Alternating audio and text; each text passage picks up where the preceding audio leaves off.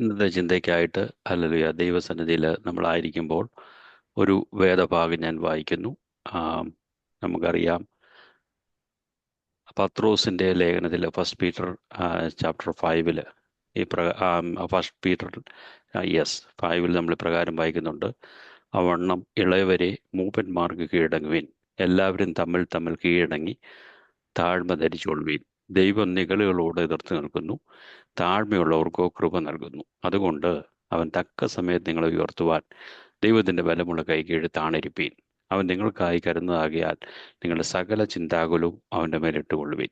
നിർമ്മതരായിരിപ്പീൻ, ഉണർന്നിരിപ്പീൻ. നിങ്ങളുടെ പ്രതിയോഗിയായ പിശാച് അലറുന്ന സിംഹം എന്ന പോലെ ആരെ വിഴുങ്ങേണ്ടു എന്ന് തിരിഞ്ഞ് ചുറ്റി നടക്കുന്നു.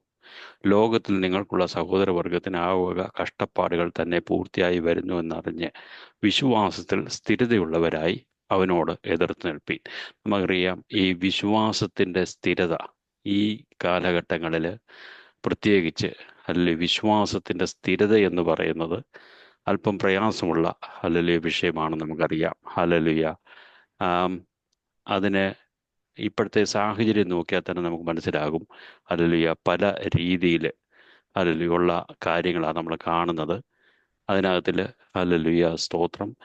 ആം, അത് നോക്കുമ്പോൾ നമുക്ക് മനസ്സിലാകുന്നത് ഈ വിശ്വാസത്തിൻ്റെ സ്ഥിരത എന്ന് പറയുന്ന കാര്യം തന്നെ നോക്കുമ്പോൾ നമുക്ക് പിടികിട്ടുന്ന ഒരു വിഷയം എന്ന് പറയുന്നത്, നമ്മുടെ സാഹചര്യങ്ങൾ നോക്കിയാൽ നമുക്ക് വിശ്വാസത്തിൽ സ്ഥിരതയുള്ളവരായിരിക്കാൻ നമുക്ക് കഴിയത്തില്ല.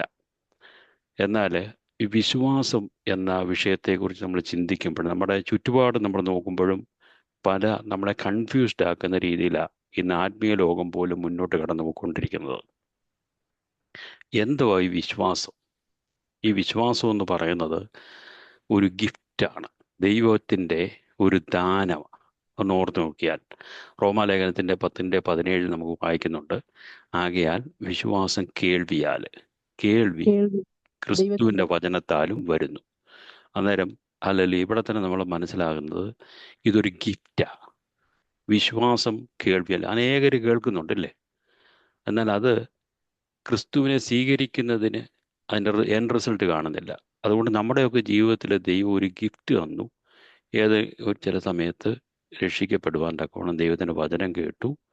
അത് നമ്മൾ രക്ഷയിലേക്ക് നമ്മളെ വഴി നടത്തി. അന്നേരം അതൊരു ഗിഫ്റ്റായിട്ട് തീർന്നു എന്നുള്ള കാര്യമാണ് നമുക്ക് മനസ്സിലാകുന്നത്. എഫേസ്യ ലേഖനത്തിലെ 2:8 നമ്മൾ അത് തന്നെ വായിക്കുന്നുണ്ട്. കൃപയാലല്ലോ നിങ്ങൾ വിശ്വാസം മൂലം രക്ഷിക്കപ്പെട്ടിരിക്കുന്നത്, അതിന് നിങ്ങൾ കാരണമല്ല, ദൈവത്തിൻ്റെ ദാനമത്രേ ആകുന്നു. അന്നേരം കൃപയാലാണ് നമ്മൾ വിശ്വാസം മൂലം രക്ഷിക്കപ്പെട്ടിരിക്കുന്നത്. അതിന് നമ്മൾ കാരണമല്ല, ദൈവത്തിൻ്റെ ദാനമത്രേ ആകുന്നു എന്നുള്ള കാര്യമാണ് നമ്മളവിടെ കാണുന്നത്. വീണ്ടും നമ്മൾ നോക്കുമ്പോൾ നമുക്കൊരു അഡ്വേഴ്സറി ഉണ്ട്. ഈ ലോകത്ത് നമ്മളായിരിക്കുമ്പോൾ നമ്മളെ വിശ്വാസത്തിൽ നിന്ന് പതറിക്കുവാൻ തക്കവണ്ണം പിശാച് ആരെ വിഴുങ്ങേണ്ടുവെന്ന് തിരിഞ്ഞ് ചുറ്റി നടക്കുന്നു. നമുക്ക് ആത്മീയ നേതാക്കന്മാരെ പോലും നമ്മൾ നോക്കുമ്പോൾ നമ്മൾ കൺഫ്യൂസ്ഡ് ആയി പോകും. അങ്ങോട്ടും ഇങ്ങോട്ടും ഉള്ള ഓരോ കാര്യങ്ങൾ നമ്മൾ കേൾക്കുമ്പോൾ നമുക്ക് തന്നെ തോന്നി എന്തോ അന്നേരം വിശ്വാസം എന്ന് തോന്നിപ്പോകും. എന്നാൽ ഈ വിശ്വാസം എന്ന് പറയുന്നത് it is a gift of God. നമ്മൾ വിശ്വാസത്താൽ ജീവിക്കുന്നത്. We live by faith. റോമലേഖനത്തിൽ നമുക്ക് അതിനുള്ള വാക്യങ്ങളുണ്ട്. സുവിശേഷത്തെക്കുറിച്ച് എനിക്ക് ലജ്ജയില്ല, വിശ്വസിക്കുന്ന ഏവനും, ആദ്യ യഹൂദന് പിന്നെ യവനനും അത് രക്ഷയ്ക്കായി സ്തോത്രം. ദൈവശക്തിയാകുന്നു. പോയി അതിൽ ദൈവത്തിൻ്റെ നീതി. പറഞ്ഞപ്പോഴേ സ്റ്റക്കായി.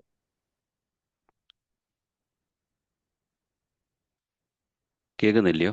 സ്തോത്രം. കേൾക്കുന്നില്ലയോ? ഇല്ല, നന്നായിട്ട് കേൾക്കാം. നന്നായിട്ട് കേൾക്കാം. ഓ, ഓക്കെ, താങ്ക് യു. ഞാൻ വിചാരിച്ചു എന്താ സംഭവിച്ചെന്ന് ഞാൻ വിചാരിച്ചു. ഓക്കെ, എനിവേ, നമുക്ക് വിശ്വാസത്തെക്കുറിച്ച് നമ്മൾ ചിന്തിച്ചുകൊണ്ടിരിക്കുന്നത്. അന്നേരം ആ വിശ്വാസത്തിൽ നമ്മൾ സ്ഥിരതയുള്ളവരായിരിക്കുക എന്നുള്ളൊരു കാര്യമാണ് നമ്മൾ ചിന്തിച്ചുകൊണ്ടിരിക്കുന്നത്. വിശ്വാസം എന്ന് പറയുന്ന ഗിഫ്റ്റാണ്. ദൈവത്തിൻ്റെ ഒരു ഗിഫ്റ്റാണ് നമ്മുടെ ജീവിതത്തിൽ. We are saved by faith. കൃപയാൽ അല്ലോ നിങ്ങൾ വിശ്വാസം മൂലം രക്ഷിക്കപ്പെട്ടിരിക്കുന്നതിന് നിങ്ങൾ കാരണമല്ല, ദൈവത്തിൻ്റെ ദാനം അത്രയാകുന്നു. അന്നേരം ഇതിന് നമ്മൾ വിശ്വാസികൾ ജീവിക്കുന്നത് വി ലീവ് ബൈ ഫെയ്ത്ത്. സുവിശേഷത്തെക്കുറിച്ച് എനിക്ക് ലജ്ജയില്ല. വിശ്വസിക്കുന്ന ഏവനും ആദ്യം യഹൂദനും പിന്നെ യവനനും അത് രക്ഷയ്ക്കായി ദൈവശക്തിയാകുന്നുവല്ലോ. അതിൽ ദൈവത്തിൻ്റെ നീതി വിശ്വാസം ഹേതുവായും വിശ്വാസത്തിനായിക്കൊണ്ടും വെളിപ്പെടുന്നു. നീതിമാൻ വിശ്വാസത്താൽ ജീവിക്കും. നമ്മൾ ജീവിക്കുന്നത് വിശ്വാസത്താല എന്ന് എഴുതിയിരിക്കുന്നതായിട്ട് നമ്മൾ കാണുന്നുണ്ട്. അതിന് വിശ്വാസം എന്ന് പറയുന്നത് ഒരു ഗിഫ്റ്റാണ്. ഹല്ലേലൂയ. നമ്മൾ ചെയ്തു കൂട്ടുന്ന എന്തെങ്കിലും കാര്യത്തിൽ നിന്ന് കിട്ടുന്നതല്ല വിശ്വാസം. ദൈവം തരുന്ന ഒരു ഗിഫ്റ്റായിട്ടാണ് വിശ്വാസം എന്ന് നമുക്ക് കാണാൻ സാധിക്കുന്നു. നമുക്കറിയാം, ന്യായപ്രമാണം കൊണ്ട് ദൈവസന്നിധിയിൽ ആരും നീതീകരിക്കപ്പെടുന്നില്ല. നീതിമാൻ വിശ്വാസത്താൽ ജീവിക്കും എന്നുള്ള കാര്യം നമ്മൾ അനേക വാക്യങ്ങൾ നമ്മൾ വായിക്കുന്നുണ്ട്. ഇനി അത് മാത്രമല്ല, എൻ്റെ നീതിമാൻ വിശ്വാസത്താൽ ജീവിക്കുന്നു, പിന്മാറുന്നുവെങ്കിൽ എൻ്റെ ഉള്ളത്തിൽ അവനിൽ പ്രസാദമില്ല. ഹല്ലേലൂയ. വിശ്വസിച്ച് ജീവരക്ഷ പ്രാപിക്കുന്നവരുടെ കൂട്ടത്തിലാകുവാനാണ് ദൈവം നമ്മളെക്കുറിച്ച് ആഗ്രഹിക്കുന്നത്. വീണ്ടും നമുക്ക് കാണാം, അല്ലെങ്കിൽ പഴയ നിയമ വിശുദ്ധന്മാർ പോലും ഈ വിശ്വാസത്തിൻ്റെ സംഗതി പല ഭാഗങ്ങളിലായിട്ട് എടുത്തു പറഞ്ഞിട്ടുണ്ട്. ന്യായപ്രമാണ സമയമായിരുന്നുവെങ്കിലും അന്നും ബൈ ഫെയ്ത്താണ് നീതീകരിക്കപ്പെട്ടുകൊണ്ടിരുന്നത് എന്ന് കാണാൻ സാധിക്കുന്നുണ്ട്. റോമാലേഖനത്തിൽ നമ്മൾ വായിക്കുന്നുണ്ട് 4:12 ദൈവം പ്രവൃത്തി കൂടാതെ നീതി കണക്കിടുന്ന മനുഷ്യന്റെ ഭാഗ്യം ദാവീദും വർണ്ണിക്കുന്നത്, അധർമ്മം മോചിച്ചും പാപം മറച്ചും കിട്ടിയവർ ഭാഗ്യവാന്മാർ. കർത്താവ് പാപം കണക്കിടാത്ത മനുഷ്യൻ ഭാഗ്യവാൻ. നമ്മുടെയൊക്കെ പദവി എന്ന് ഓർത്ത് നോക്കിയാൽ നമ്മൾ ചെയ്തു കൂട്ടിയ പാപങ്ങൾ എല്ലാം ദൈവം മോചിച്ചു. നമ്മൾ ഭാഗ്യ പദവിയിലേക്ക് എത്തിയിരിക്കുക. ഈ ഭാഗ്യവർണ്ണനം എന്ന് പറയുന്നത് പരിച്ഛേദന കൊണ്ട് ലഭിച്ചതല്ല. പരിച്ഛേദനയ്ക്കോ അഗ്രകർമ്മത്തിൻ്റെ കൂടെയോ. അബ്രഹാമിന് വിശ്വാസം നീതിയായി കണക്കിട്ടു എന്നല്ലോ നാം പറയുന്നത്. എങ്ങനെ കണക്കിട്ടു? പരിച്ഛേദനയിലായിരുന്നോ അതോ അഗ്രകർമ്മത്തിലോ? ഇന്നേരം ഒരു അങ്ങോട്ടും ഇങ്ങോട്ടും ക്വസ്റ്റ്യൻ ആൻസർ ഇതായിട്ട് നമ്മൾ റോമാലേഖനം 4 നമ്മൾ വായിക്കുന്നുണ്ട്. അഗ്രകർമ്മത്തിൽ വെച്ച് ഉണ്ടായിരുന്ന വിശ്വാസ നീതിക്ക് മുദ്രയായിട്ട് പരിച്ഛേദന എന്ന അടയാളം അവന് ലഭിച്ചു. നമ്മൾ വിശ്വസിച്ചു, രക്ഷിക്കപ്പെട്ടു. അതിനൊരു അടയാളമായിട്ട് നമ്മൾ അല്ലെങ്കിൽ ആ സ്നാനത്തിലേക്ക് നമ്മൾ കടന്നു പോകുന്നു എന്ന് പറഞ്ഞതുപോലെ ഇവിടെ പരിച്ഛേദന എന്ന അടയാളം അവന് ലഭിച്ചത് അഗ്രചർമ്മത്തോടെ വിശ്വസിക്കുന്നവർക്കും കൂടെ നീതി കണക്കെടുക്കുവാൻ തക്കവണ്ണം താൻ അവർക്ക് എല്ലാവർക്കും പിതാവായിരിക്കണം. നിന്റെ വിശ്വാസികളുടെ പിതാവ് എന്ന് അബ്രഹാമിനെ വിളിക്കുമ്പോൾ അബ്രഹാം പരിച്ഛേദന ചെയ്തുകൊണ്ട് നീതീകരിക്കപ്പെട്ടതല്ല. അന്നേരം അഗ്രകർമ്മത്തിൽ തന്നെ തൻ്റെ വിശ്വാസഹേതുവായിട്ട് ഹല്ലേലൂയ അങ്ങനെ വിശ്വാസികളുടെ പിതാവായിട്ട് മാറി എന്ന് നമുക്ക് കാണാൻ സാധിക്കുന്നു. പരിച്ഛേദന മാത്രമുള്ളവരല്ല നമ്മുടെ പിതാവായ അബ്രഹാമിന് അഗ്രകർമ്മത്തിൽ വെച്ച് ഉണ്ടായിരുന്ന വിശ്വാസത്തെ അനുഗമിക്കുന്നവരായ പരിച്ഛേദനക്കാർക്ക് പിതാവായിരിക്കേണ്ടതിനും തന്നെ എന്ന് നമ്മൾ കാണുന്നുണ്ട്. അന്നേരം നമ്മൾ നോക്കുമ്പോൾ ഈ ലോകാവകാശി എന്നുള്ള വാഗ്ദത്വം അബ്രഹാമിനോ അവൻ്റെ സന്തതിക്കോ ന്യായപ്രമാണത്താലല്ല. ഇതെല്ലാം ദൈവത്തിൻ്റെ വചനത്തിൽ പറയുന്ന. എന്നാൽ ന്യായപ്രമാണമുള്ളവർ അവകാശികളെങ്കിൽ വിശ്വാസം വ്യർത്ഥവും വാഗ്ദത്വം ദുർബലവും എന്ന് വരും. എന്നാൽ റോമാലേഖനത്തിലെ അങ്ങോട്ടും ഇങ്ങോട്ടും ഹല്ലേലൂയ ഇത് പറഞ്ഞ് ഏറ്റവും ഒടുവിൽ പറയുന്നത് പഴയ നിയമ വിശുദ്ധന്മാർ പോലും നീതീകരിക്കപ്പെട്ടിരുന്നത് വിശ്വാസം. ഈ കർത്താവായ യേശു ക്രിസ്തുവിനെ അവർ നോക്കിക്കൊണ്ടിരുന്നു. അല്ലെങ്കിൽ അവർ യാഗം കഴിക്കുമ്പോഴും അല്ലെങ്കിൽ ശരിയായിട്ടുള്ള യാഗം കഴിക്കുന്ന ഒരു കുഞ്ഞാടിനെ അവർ നോക്കിക്കൊണ്ടിരുന്നു എന്ന് നമുക്ക് കാണാൻ സാധിക്കുന്നുണ്ട്. ഈ ഫെയ്ത്തിനെ കുറിച്ച് നമ്മൾ പറയുമ്പോൾ ശരിക്കും നമ്മൾ വിശ്വസിക്കുകയാണെങ്കിൽ ഇതിന് വലിയ പവറുണ്ട് എന്നുള്ള കാര്യം ഈ കർത്താവ് യേശു ക്രിസ്തു തന്നെ പറഞ്ഞിട്ടുണ്ട്. മാത്യു ചാപ്റ്റർ 21:21 അതിനെ യേശു നിങ്ങൾ സംശയിക്കാതെ വിശ്വാസമുള്ളവരായാൽ ഈ അത്തിയോട് ചെയ്തത് നിങ്ങളും ചെയ്യും എന്ന് മാത്രമല്ല, ഈ മലയോട് നീ കടലിലേക്ക് ചാടിപ്പോകുക എന്ന് പറഞ്ഞാൽ അത് സംഭവിക്കാൻ സത്യമായിട്ട് നിങ്ങളോട് പറയുന്നു. നിങ്ങൾ നമ്മൾ വിശ്വസിച്ചുകൊണ്ട് നമ്മൾ വെറുതെ സമയം കളയുവാനല്ലല്ലോ നമ്മൾ അല്ലെങ്കിൽ അവിടെ ഏറ്റവും വെളുപ്പിനെ നിങ്ങൾ എഴുന്നേറ്റ് 1 മണിക്കൂർ ദൈവസന്നിധി ഇരിക്കുമ്പോൾ നിങ്ങൾ വിശ്വസിച്ചുകൊണ്ടാണ്. അല്ലെങ്കിൽ ഞങ്ങൾ ഇവിടെ ഇച്ചിരി ലേറ്റായിട്ട് ഇരിക്കുന്നത് വിശ്വസിച്ചുകൊണ്ട്, നമ്മുടെ സമയം കളയാനാണ് വിശ്വസിച്ചുകൊണ്ട് കർത്താവെ ഞങ്ങൾ ഈ പ്രാർത്ഥിക്കുന്നത്, ഞങ്ങൾ ഈ അല്പസമയം ദൈവവചനം അല്ലെങ്കിൽ ചിന്തിക്കുന്നത് ഞങ്ങളുടെ ജീവിതത്തിൽ പ്രയോജനമായിട്ട് മാറും. ഈ വിശ്വാസം കടന്നു എന്ന് അല്ലെങ്കിൽ ഈ ലോകത്തിൽ നമ്മൾ ചിന്തിക്കുന്ന രീതിയിൽ പ്രവർത്തിക്കാൻ കഴിയാത്ത ചില മേഖലകളിലേക്ക് ഈ വചനം കടന്നു ചെന്നിട്ട് അതിനെ പ്രവൃത്തി ചെയ്യും. നമ്മൾ പൂർണ്ണമായിട്ട് വിശ്വസിക്കുക. വിശ്വസിച്ചുകൊണ്ട് വചനം ചിലയിടത്തോട്ടൊക്കെ നമ്മൾ അയക്കുക. ഹല്ലേലൂയ.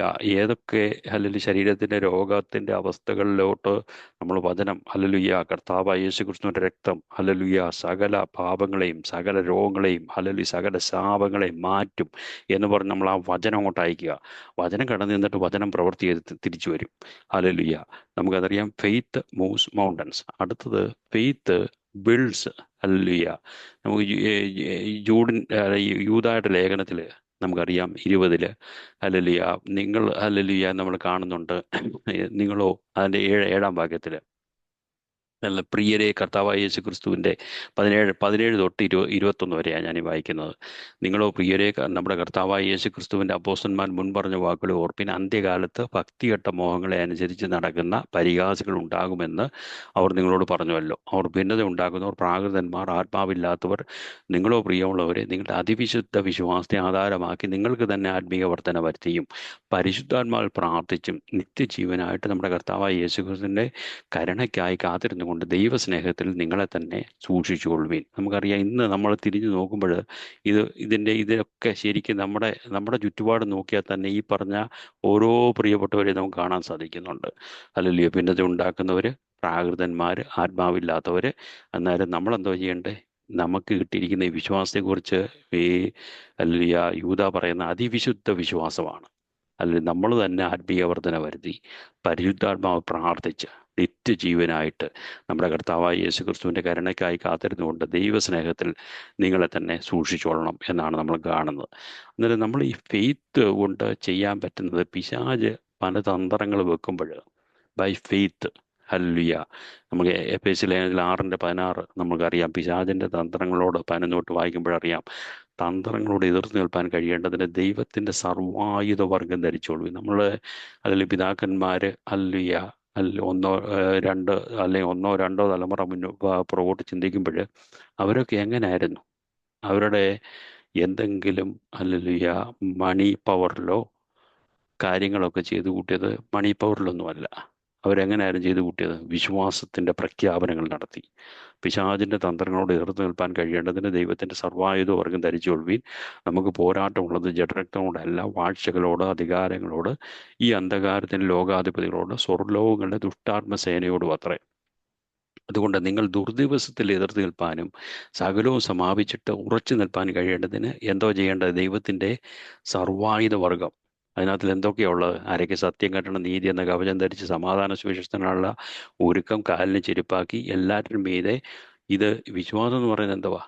അതിൽ ദുഷ്ടൻ്റെ തീയമ്പുകളെ ഒക്കെ കെടുത്തുവാൻ തക്ക വിശ്വാസം എന്ന പരിച എടുത്തുകൊണ്ട് നിൽക്കുവാൻ വിശ്വാസം എന്ന പരിച എന്ന് നമ്മളിവിടെ കാണുകയാണ്. അത് എടുത്തുകൊണ്ട് നിന്നാൽ മാത്രമേ നമുക്ക് ഹല്ലേലൂയ ഈ പിശാചിൻ്റെ ഹല്ലേലൂയ നമുക്കെതിരെ കടന്നു വരുന്ന ആ ഒരു ഫയറി ഡാർട്സ് നമുക്ക് എതിർക്കുവാൻ, ഓരോ അമ്പുകളിങ്ങനെ തീയമ്പുകളെ നമുക്ക് എതിർപ്പാൻ ഹല്ലേലൂയ വിശ്വാസം എന്ന പരിചയം എടുത്തുകൊണ്ട് നിൽക്കണം എന്നാണ് നമുക്ക് കാണുന്നത്. അത് മാത്രമല്ല, ഈ ലോകത്തെ നമ്മൾ നേരിടണമെങ്കിൽ പിശാചിൻ്റെ കാര്യങ്ങൾ മാത്രം ഈ ലോകത്തിൽ നിന്ന് ഹല്ലേലൂയ ഈ നമ്മൾ ഓവർകം ആകണമെങ്കിൽ ഈ വിശ്വാസം നമ്മളെ ഹല്ലേലൂയ സഹായിക്കും. യേശുവിനെ ക്രിസ്തു എന്ന് വിശ്വസിക്കുന്നതെല്ലാം ദൈവത്തിൽ നിന്നാണ് ജനിച്ചിരിക്കുന്നത്. ജനിപ്പിച്ചതിനെ സ്നേഹിക്കുന്നവരെല്ലാം അവനിൽ നിന്ന് ജനിച്ചവനെ സ്നേഹിക്കുന്നുണ്ട്. നാം ദൈവത്തെ സ്നേഹിച്ച് അവൻ്റെ കൽപ്പനകളെ അനുസരിച്ച് നടക്കുമ്പോൾ ദൈവമക്കളെ സ്നേഹിക്കുന്നു എന്ന് അതിനാൽ അറിയും. ഇന്ന് നമ്മൾ ചിന്തിച്ച് നോക്കിയാൽ പലയിടത്തും ഈ സ്നേഹം ഉണ്ടോ എന്ന് തന്നെ നമ്മൾ ചിന്തിച്ചു പോകും. ഹല്ലേലൂയ. അവൻ്റെ കൽപ്പനകളെ പ്രമാണിക്കുന്നതല്ലോ ദൈവത്തോടുള്ള സ്നേഹം. അവൻ്റെ കൽപ്പനകൾ ഭാരമുള്ളവയല്ല, ദൈവത്തിൽ നിന്ന് ജനിച്ചു. അന്നേരം ഞാൻ ആദ്യമേ പറഞ്ഞു, ഈ വിശ്വാസം എന്ന് പറയുന്നത് അല്ലെങ്കിൽ it's A gift of God. അങ്ങനെ നമ്മൾ വീണ്ടും ജന്മം പ്രാപിച്ച വിശ്വാസത്താൽ, വിശ്വാസം വചനത്താൽ കേൾവിയാൽ നമ്മൾ വീണ്ടും ജന്മം പ്രാപിച്ചു കഴിഞ്ഞപ്പോൾ നമ്മൾ വീണ്ടും ജനിച്ചു. ദൈവത്തിൽ നിന്ന് ജനിച്ചതൊക്കെ ഈ ലോകത്തെ ജയിക്കുന്നു. അന്നേരം വിശ്വാസമാണ് നമ്മൾ വചനം ഹല്ലേലൂയ വിശ്വാസത്തോട് കലർത്തി ഹല്ലേലൂയ ദൈവത്തിൻ്റെ വചനമാണ് ലോകത്തെ ജയിക്കുവാൻ തക്കവണ്ണം നമ്മളെ ഇടയാക്കുന്നത് എന്ന് നമുക്ക് കാണാൻ കഴിയും. നമുക്ക് ഒന്ന് ചിന്തിച്ചാൽ എബ്രായ ലേഖനത്തിലെ 11 ഹല്ലേലൂയ 6 ഇപ്രകാരം നമ്മൾ വായിക്കുന്നുണ്ട്: വിശ്വാസം കൂടാതെ ദൈവത്തെ പ്രസാദിപ്പാൻ കഴിയുന്നതല്ല. നമ്മൾ ദൈവത്തിൻ്റെ അടുക്കൽ വരുമ്പോൾ ദൈവം ഉണ്ട് എന്നും തന്നെ അന്വേഷിക്കുന്നവർക്ക് പ്രതിഫലം കൊടുക്കും. നമ്മൾ ഇന്ന് അല്ല ചില അല്ലെങ്കിൽ ഏതെങ്കിലുമൊക്കെ വാലീസിൽ കൂടെ നമ്മൾ കടന്നു പോകുമ്പോൾ നമ്മൾ വിശ്വസിക്കണം, കർത്താവെ ഹല്ലേലൂയ, ഞാനും ഹല്ലേലൂയ വിശ്വസിച്ചുകൊണ്ട് ദൈവസന്നിധിയിൽ പ്രാർത്ഥിക്കും, കർത്താവെ hallelujah, what ever is happening hallelujah, നീ അറിയാതെ ഞങ്ങളുടെ ജീവിതത്തിൽ ഒന്നും സംഭവിക്കത്തില്ല. കർത്താവെ ഹല്ലേലൂയ, ആ വിശ്വാസം അല്ല ദൈവത്തിൻ്റെ അടുക്കൽ ഞങ്ങൾ വന്നിരിക്കുകയാണ്, ഹല്ലേലൂയ, നിന്നെ അന്വേഷിച്ചാണ് ഞങ്ങൾ വന്നിരിക്കുന്നത്, നീ ഞങ്ങൾക്ക് പ്രതിഫലം തരും. നമ്മൾ പൂർണ്ണമായിട്ട് വിശ്വസിച്ചുകൊണ്ട് അത് ഏറ്റുപറയണം. ഏറ്റുപറഞ്ഞു കഴിയുമ്പോൾ ഹല്ലേലൂയ ദൈവം നമുക്ക് ഹല്ലേലൂയ ആ തക്ക സമയത്ത്, അല്ലെങ്കിൽ ചില സമയങ്ങളിൽ നമ്മൾ വിചാരിക്കുന്ന സമയത്തല്ലായിരിക്കും, തക്ക സമയത്ത് ദൈവത്തിൻ്റെ സമയത്ത് നമുക്ക് ദൈവം മറുപടി അയക്കും. നമുക്കറിയാം, നമ്മൾ അല്ല ദൈവത്തിൻ്റെ അടുക്കൽ വരുന്നവൻ ദൈവമുണ്ട് എന്ന്, ദൈവം ഇല്ലെന്ന് പറഞ്ഞ് ഉള്ള വിശ്വാസികളല്ല നമ്മൾ. ദൈവം ഉണ്ടെന്ന, ദൈവം ഇല്ലെന്ന് പറയുന്ന ആരാ? മൂടനാ പറയുന്നത്. മൂടൻ തൻ്റെ ഹൃദയത്തിൽ പറയുന്നു, അവർ വഷളന്മാരായിട്ട് മ്ലേച്ഛത പ്രവർത്തനം. നമ്മളെന്നാലും അങ്ങനെയല്ല, ദൈവത്തിൻ്റെ അടുക്കൽ വരുന്ന ബുദ്ധിമാന, അല്ല ദൈവത്തെ അന്വേഷിക്കുന്ന ബുദ്ധിമാൻ ഉണ്ടോ എന്ന് കാണുവാൻ യഹോവ സ്വർഗത്തിൽ നിന്ന് നോക്കുന്നു. അതായത് നമ്മൾ ബുദ്ധിമാന്മാരായത് എങ്ങനെയാ?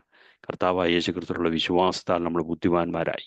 ഹല്ലേലൂയ, ആ ഗിഫ്റ്റ് ഓഫ് ഫെയ്ത്ത് നമുക്ക് തന്നതുകൊണ്ട് ഹല്ലേലൂയ, മൂടന്മാരുടെ ഹല്ലേലൂയ ഹല്ലേലൂയ ആ മ്ലേച്ഛത പ്രവർത്തിക്കാതെ നമ്മളെ ദൈവം ഹല്ലേലൂയ ഒരു ചേഞ്ച് നമ്മുടെ പൊസിഷനിൽ ദൈവം വരുത്തി. അതോർത്ത് നമുക്ക് ദൈവത്തെ സ്തുതിക്കാം.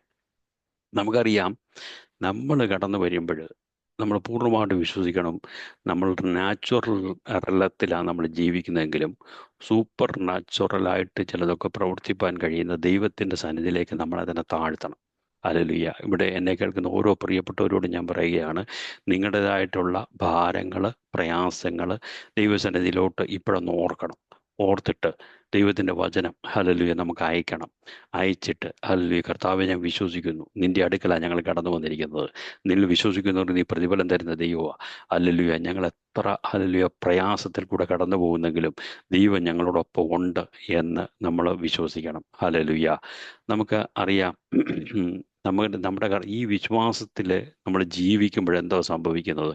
ഹല്ലേലൂയ, ഈ ദൈവത്തിൻ്റെ ആ ശക്തിയിൽ ഹല്ലേലൂയ നമ്മളെ സ്വർഗത്തിൽ ജീവിക്കാൻ തക്കവണ്ണം പ്രാപ്തരാക്കി മാറ്റുന്ന ഒരു വിശ്വാസം ആയിട്ട് നമുക്കിതിനെ കാണാൻ സാധിക്കുന്നുണ്ട്. അല്ലേ, നമ്മൾ സ്വർഗത്തിൽ വസിക്കാൻ വേണ്ടി നോക്കിയിരിക്കുന്നവരാ.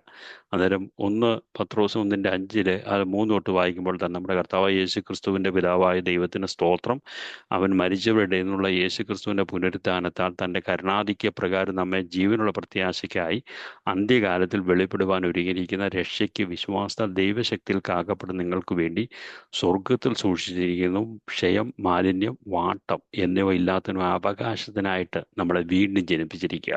അന്നേരം വിശ്വാസത്തോടെ ഹല്ലേലൂയ ഹല്ലേലൂയ നമ്മൾ ജീവിക്കുവാണെങ്കിൽ നമ്മളെ ഹെവനിൽ, സ്വർഗത്തിൽ ദൈവത്തോടൊപ്പം ജീവിപ്പാൻ നമ്മളെ ഇവിടെ ഒരുക്കുന്നത് ഈ വിശ്വാസവും വചനവുമാണ് എന്ന് നമുക്ക് കാണാൻ സാധിക്കുന്നു. നമ്മൾ ഹല്ലേലൂയ ഇപ്പം ചില പരീക്ഷകളിൽ കൂടെ ഒക്കെ കടന്നു പോകും. ഹല്ലേലൂയ, നമ്മൾ ആ ലേഖനത്തിൽ തന്നെ നമുക്ക് വായിക്കുന്നുണ്ട്, ഹല്ലേലൂയ, നിങ്ങൾ അല്പനേരത്തേക്ക് നാനാ പരീക്ഷകളാൽ ദുഃഖിച്ചിരിക്കേണ്ടി വന്നാലും ആനന്ദിക്കുന്നു, അഴിഞ്ഞു പോകുന്നതും തീയിൽ ശോധന കഴിക്കുന്നതുമായ പൊന്നിനേക്കാൾ നിങ്ങളുടെ വിശ്വാസത്തിൻ്റെ പരിശോധന വിലയേറിയത് എന്ന് യേശുക്രിസ്തുവിൻ്റെ പ്രത്യക്ഷത്തിൽ പുകഴ്ചയ്ക്കും തേജസ്സിനും മാനത്തിനുമായി കാണുവാൻ അങ്ങനെ ഇടവരും. നമ്മൾ ചില പ്രതികൂലങ്ങൾ കടന്നു, കർത്താവ് ഇതൊക്കെ എന്താ ഇങ്ങനെയൊക്കെ സംഭവിക്കുന്നത്? എന്നാൽ ഹല്ലേലൂയ, ദൈവം ദോഷങ്ങൾ നമ്മളെ പരീക്ഷിക്കത്തില്ല, ടെംപ്റ്റ് ചെയ്യത്തില്ല.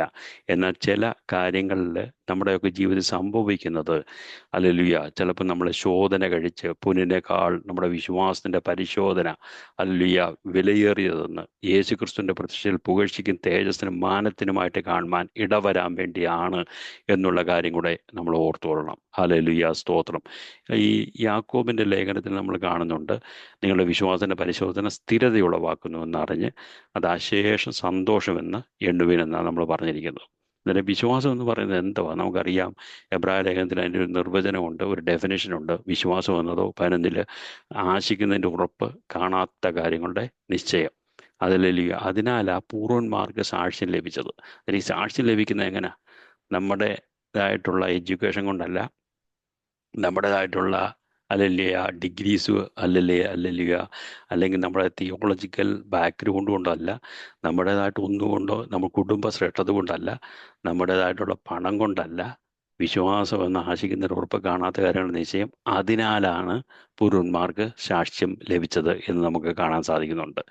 ഹല്ലേലൂയ. അങ്ങനെ ആയിരിക്കുമ്പോൾ നമുക്ക് ഇതിനകത്തിൽ ഒന്ന് തിങ്സ് ഹോപ്പ്ഡ്. നമ്മൾ ചിലതൊക്കെ ഹല്ലേലൂയ മെറ്റീരിയൽ തലത്തിൽ നമ്മളിവിടെ ജീവിക്കുമ്പോൾ, ഈ ലോകത്ത് ജീവിക്കുമ്പോൾ മെറ്റീരിയലായിട്ടുള്ള ഈ റിലത്തിൽ നമ്മൾ ചിലതൊക്കെ ഹോപ്പ് ചെയ്യണം. അന്നേരം നമ്മൾ പ്രാർത്ഥിക്കാൻ കടന്നു വരുമ്പോൾ നമുക്കറിയാം, നമ്മൾ ഉരുവിട്ട് പ്രാർത്ഥിക്കുന്ന വിഷയം, എൻ്റെ ദൈവമോ നിങ്ങളുടെ ബുദ്ധിമുട്ടൊക്കെ മഹത്വത്തോടെ തന്നെ ധനത്തിനോത്തോളം ക്രിസ്തുവേശുവിൽ പൂർണ്ണമായി തീർത്തു തരും. നമ്മൾ അതിൽ ചില കാര്യങ്ങളൊക്കെ നമ്മൾ ഈ മെറ്റീരിയലത്തിൽ ഹോപ്പ് ചെയ്യണം. കോപ്പി ചെയ്തിട്ട് അതിൽ അനേക വാക്യങ്ങളുണ്ട് നമുക്ക് തന്നിട്ടുണ്ട്. യഹോവ എൻ്റെ ഇടയനാകുന്നു, എനിക്ക് മുട്ടുണ്ടാകുകയില്ല, കഷ്ടകാലം തന്നെ വിളിച്ചപേക്ഷിക്കുക. ഹല്ലേലൂയ. ഇതൊക്കെ വചനങ്ങൾ. ഹല്ലേലൂയ. നമ്മുടെ ഈ കഷ്ടകാലം, നമ്മുടെ ഈ ഓരോ കടന്നു പോകുന്ന ഓരോ സിറ്റുവേഷനിൽ നമ്മൾ ആ വചനം അങ്ങോട്ട് വെച്ചുകൊണ്ട് നമ്മൾ പ്രാർത്ഥിക്കണം. എന്നെ ശക്തനാക്കുന്നതിന് മുഖാന്തരം നമ്മുടെ ശരീരത്തിൽ ക്ലേശങ്ങൾ അനുഭവിക്കുക, എന്നാലും ശക്തനാക്കുന്നതിന് മുഖാന്തരം അല്ലെങ്കിൽ ഞാൻ സകലത്തിനും മതിയാകുന്നു. ഹല്ലേലൂയ. ഇതെല്ലാം നമ്മൾ നോക്കുമ്പോൾ ഹല്ലേലൂയ നമുക്ക് ആശ്വസിപ്പിക്കാൻ കഴിയുന്നത്, അല്ലെ, മനുഷ്യർക്ക് നടപ്പല്ലാത്ത പരീക്ഷ നിങ്ങൾക്ക് നേരിട്ടിട്ടില്ല. ദൈവം വിശ്വസ്തനാണ്. നിങ്ങൾക്ക് കഴിയുന്നതിന് മീതെ പരീക്ഷ നേരിടുവാൻ സമ്മതിക്കാതെ നിങ്ങൾക്ക് സഹിപ്പാൻ കഴിയേണ്ടതിന് ഹല്ലേലൂയ പരീക്ഷയോടുകൂടി ദൈവം നമുക്ക് പോക്കുവഴി തരുന്ന ദൈവത്തെയാണ് നമ്മൾ സേവിക്കുന്നത്. 1 കൊരിന്ത്യർ 10:13 ഞാൻ വായിച്ചത്. ഹല്ലേലൂയ. നമുക്ക് മാത്രമല്ല, അന്നേരം തിങ്സ് ഹോപ്പ്ഡ് ഫോർ ഉണ്ട്. വിശ്വാസം എന്നതോ ആശിക്കുന്നതിൻ്റെ ഉറപ്പ്. ഈ മെറ്റീരിയലുള്ളത് ചിലതൊക്കെ നമ്മൾ ആശിക്കണം. ഹല്ലേലൂയ. രോഗമായിട്ടിരിക്കുകയാണെങ്കിൽ കർത്താവ് എനിക്ക് പൂർണ്ണമായിട്ട് ദൈവം രോഗസൗഖ്യം തരും. കർത്താവ് എന്നെ ഏൽപ്പിച്ചിരിക്കുന്ന ശുശ്രൂഷ ഞാൻ ചെയ്യും. യേശുവിൻ്റെ അധികാരമുള്ള നാമത്തിൽ അങ്ങനെ സംഭവിക്കും. ഹല്ലേലൂയ. ഹല്ലേലൂയ. അത് വിളിച്ചു പറയണം. ദുഷ്ട പിശാചേ, എനിക്ക് നിനക്ക് എൻ്റെ മേൽ അധികാരമില്ല, ഞാൻ യേശു ക്രിസ്തുവിൻ്റെ രക്തത്താൽ വീണ്ടെടുക്കപ്പെട്ടവനാ. ഹല്ലേലൂയ. നമ്മൾ അന്നേരം ഹോപ്പ് ചെയ്തിട്ട് ഹല്ലേലൂയ. എന്നിട്ട് ഇതുവരെ ഈ നാച്ചുറലത്തിൽ കാണാത്ത ചില കാര്യങ്ങൾ ആരോഗ്യത്തോടെ നമ്മൾ കടന്നു പോകാൻ പോകുന്നു. ഹല്ലേലൂയ. ഹല്ലേലൂയ. നമ്മൾ ഫെയ്ത്തിൽ ദൈവം ചില കാര്യങ്ങൾ നമ്മൾ കാണുകയാണ്. നമുക്കറിയാം, ആ ഫെയ്ത്ത് ഈ ഹോപ്പുമായിട്ട് ഇത് ചെയ്ത് നമുക്കറിയാം, മോശയെക്കുറിച്ച് ചിന്തിക്കുമ്പോൾ താൻ വളർന്നപ്പോൾ പാപത്തിൻ്റെ തൽക്കാല ഭോഗത്തെക്കാളും ദൈവജനത്തോട് കഷ്ടം അനുഭവിക്കുന്നത് തിരഞ്ഞെടുത്തു നമ്മൾ കാണുക. അന്നേരം പ്രതിഫലം നോക്കിയതുകൊണ്ട് ഫറവോന്റെ പുത്രന്റെ മകനെന്ന് വിളിക്കപ്പെടുന്നത് നിരസിച്ചു. ഒന്ന് ഓർത്ത് നോക്കി, ഈ മോശയുടെ കാര്യം ഒന്ന് ചിന്തിച്ചു നോക്കിയാൽ, അടുത്ത ഫറവോയായിട്ട് മാറേണ്ട മോശ ഇതെല്ലാം കളഞ്ഞിട്ട് എവിടെയൊക്കെ ഓടിപ്പോയി എന്നുള്ള കാര്യം നമുക്ക് മനസ്സിലാകും. മിസ്രൈമിലെ നിക്ഷേപങ്ങളെക്കാൾ നമുക്കറിയാം ക്രിസ്തുവിൻ്റെ നിന്ന് വലിയ ധനമെന്നെണ്ണി വിശ്വാസാൽ അവൻ അദർശ്യ ദൈവത്തെ കണ്ടതുപോലെ ഉറച്ചു നൽകിയാൽ രാജാവിൻ്റെ കോപം ഭയപ്പെടാതെ മിസ്രൈം വിട്ടുപോന്നു. അന്നേരം ഈ ചില ഹോപ്പുണ്ട്. ഹല്ലേലൂയ. ആ ഹോപ്പ് അപ്പോൾ തന്നെ ഹല്ലേലൂയ നമുക്ക് അതിൻ്റെ ഫെയ്ത്തിൽ നമ്മൾ വിശ്വാസം എന്നതോ ആശിക്കുന്നതിൻ്റെ ഉറപ്പ് കാണാത്ത ചില കാര്യങ്ങളുണ്ട്. കർത്താവെ എന്നെ ഹല്ലേലൂയ ഈ ദിവസങ്ങളിൽ കർത്താവ് ഉപയോഗിക്കും. അല്ലെ, ചില വിഷയങ്ങളിലൊക്കെ ദൈവം എന്നോട് വാഗ്ദത്തങ്ങൾ തന്നിട്ടുണ്ട്. ദൈവം യെസ് ആൻഡ് ആമേൻ മാത്രമാണ് ദൈവത്തിൻ്റെ വാഗ്ദത്തങ്ങൾ. എന്നോട് രോഗസൗഖ്യം ദൈവം പറഞ്ഞിട്ടുണ്ട്. ഞാൻ കടന്നു പോകുന്ന വിഷയങ്ങളിൽ ദൈവത്തിൻ്റെ അത്ഭുതം ചെയ്യും. ഹല്ലേലൂയ. അല്ല, ഞാനിപ്പോൾ കടന്നു പോകുന്ന ചില പ്രയാസ വാലീസിൽ കൂടെ ആണെങ്കിലും ദൈവം എനിക്ക് വേണ്ടി അത്ഭുതം ചെയ്യും. ഹല്ലേലൂയ. നമുക്ക് ഈ ദിവസങ്ങളിൽ വിശ്വാസത്തോടെ, വിശ്വാസം കൂടാതെ ദൈവത്തെ പ്രസാദിപ്പിക്കാൻ കഴിയുന്നതല്ല. ദൈവത്തിൻ്റെ അടുക്കൽ വരുന്ന നമ്മൾ ഓരോരുത്തരും വിശ്വസിക്കേണ്ട കാര്യം എന്ന് പറഞ്ഞാൽ, നമുക്ക് ദൈവത്തിൽ വിശ്വാസമുണ്ട്. എന്നാൽ നമ്മൾ ഹല്ലേലൂയ അന്വേഷിക്കുന്ന നമ്മുടെ പിതാവായ ദൈവം, കർത്താവ് യേശു ക്രിസ്തുവിൽ കൂടെ ഹല്ലേലൂയ നമുക്ക് വേണ്ടി ഇതെല്ലാം ഗ്രാൻറ്റ് ചെയ്തു തരും. ദൈവഹിതപ്രകാരം ദൈവം നമ്മുടെ പ്രാർത്ഥനകൾക്ക് മറുപടി തരും. ദൈവം ഉണ്ട് എന്നും തന്നെ അന്വേഷിക്കുന്നവർക്ക് പ്രതിഫലം കൊടുക്കുന്നു. നാച്ചുറലത്തിൽ നമ്മൾ വിശ്വസിക്കാൻ കഴിയാത്ത ചില കാര്യങ്ങൾ നമ്മൾ ഹോപ്പ് ചെയ്തിട്ട് വിശ്വാസം വചനം കൂടെ കലർത്തി നമ്മൾ ഏറ്റുപറയുകയാണെങ്കിൽ ഈ ദിവസങ്ങളിൽ ദൈവത്തിൻ്റെ വലിയ അത്ഭുതങ്ങൾ നമ്മുടെ ജീവിതത്തിൽ കാണാൻ സാധിക്കും എന്ന് പറഞ്ഞുകൊണ്ട് ഞാൻ നിർത്തുകയാണ്. Hallelujah. Hallelujah. Pastor John Wilson pastor കൺക്ലൂഷന് വേണ്ടി ഏൽപ്പിച്ചിരിക്കുന്ന ദൈവദാസൻ ആരാന്ന് വെച്ചാൽ പ്രാർത്ഥിച്ച് നമുക്ക് കൺക്ലൂഡ് ചെയ്യാമല്ലോ. ദൈവം നമ്മളെ അനുഗ്രഹിക്കുമാറാകട്ടെ.